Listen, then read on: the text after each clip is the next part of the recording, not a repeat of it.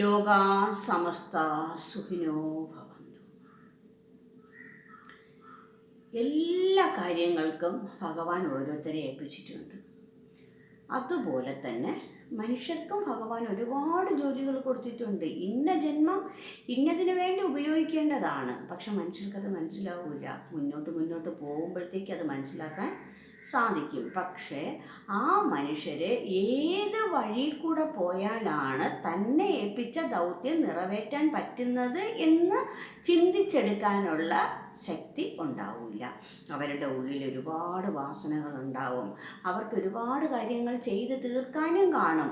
പക്ഷെ ആ ചിന്തകൾ അവരെ നല്ല രീതിയിൽ നയിക്കാനായിട്ട് പ്രാപ്തനാക്കാൻ പറ്റില്ല. കാരണം പല പല സാഹചര്യങ്ങൾ കാണും. ആ സാഹചര്യങ്ങൾക്കെല്ലാം അവർ ഓരോരോ ന്യായങ്ങളും കണ്ടെത്തും. പൂക്കളിൽ നിന്ന് മാത്രമേ തേനുണ്ടാവുകയുള്ളൂ. ഈ പൂക്കളിൽ നിന്നുള്ള തേന് അത് ഉപയോഗപ്പെടുത്തിയാൽ മാത്രമേ ഉപയോഗപ്രദമാവുകയുള്ളൂ. ഈ പൂക്കൾ വളർത്തുമ്പോഴത്തേക്കും അവിടെ ഓടിയെത്തുന്നത് ചിത്രശലഭങ്ങളാണ്. അവർക്കറിയാം, ചിത്രശലഭങ്ങൾക്ക് നന്നായിട്ടറിയാം ഈ പൂവിൽ നിന്നാണ് എനിക്ക് തേന് കിട്ടുന്നത്, എനിക്ക് ആവശ്യമുള്ള ആഹാരം ഇതിൽ നിന്നും കിട്ടുന്നു. തേനീച്ചകൾ വരുന്നു, പക്ഷികൾ വരുന്നു, അവർക്കെല്ലാത്തിനും ആവശ്യമുള്ളതെല്ലാം പൂക്കളിൽ നിന്നും തേന് അവരുടെ ആവശ്യത്തിന് അവരുപയോഗിക്കും.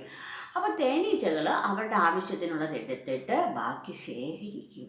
നന്നായിട്ട് ശേഖരിച്ച് അവ മറ്റുള്ള ആൾക്കാർക്ക് പ്രയോജനപ്പെടുത്തുന്ന രീതിയിലാവും. ഈ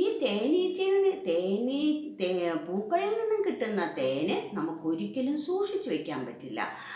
അത് 2 ദിവസം കഴിയുമ്പോഴത്തേക്ക് തന്നെ ചീത്തയായി പോവും. ഒരു ദിവസം തന്നെ 2 ദിവസം കഷ്ടിച്ച് നിൽക്കുമെന്ന് തന്നെ അറിയില്ല. അപ്പോഴത്തേക്ക് തന്നെ അതിനുള്ള തേന് നഷ്ടപ്പെട്ടു പോകും. പണ്ടുള്ള കാലങ്ങളിൽ ഇപ്പോഴും അത് അപൂർവമാണ്.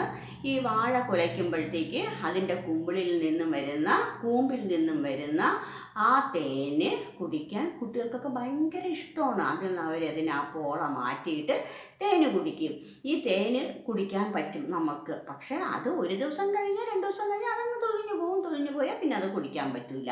പക്ഷേ ഈ തേനീച്ച ഈ തേന് കുടിച്ചതിന് ശേഷം ബാക്കി അത് സംഭരിച്ച് വയ്ക്കും.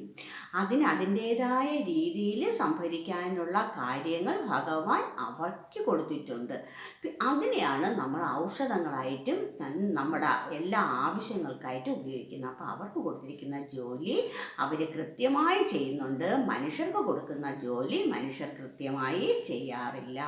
എല്ലാ മനുഷ്യരും കൃത്യമായി ചെയ്യുകയാണെങ്കിൽ അതിൻ്റേതായ നേട്ടവും ഭാഗ്യവും കിട്ടും.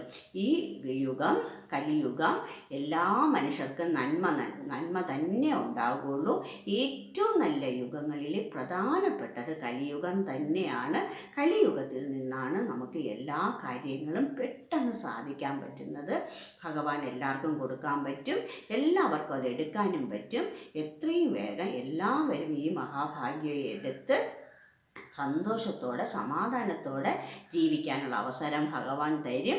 അത് ഉപയോഗപ്പെടുത്തുക, അതിനനുസരിച്ച് നീങ്ങുക, എല്ലാ ഭാഗ്യവും നേടി ആസ്വദിച്ച് ജീവിക്കുക. ഭഗവാൻ അതിന് സാധിക്കും, നിങ്ങൾക്കതിന് സാധിക്കും. ഏറ്റെടുക്കുക, അതിനനുസരിച്ച് മുന്നോട്ട് പോവുക. ഭാഗ്യം വേണം എന്ന് തന്നെ തീരുമാനിക്കുക.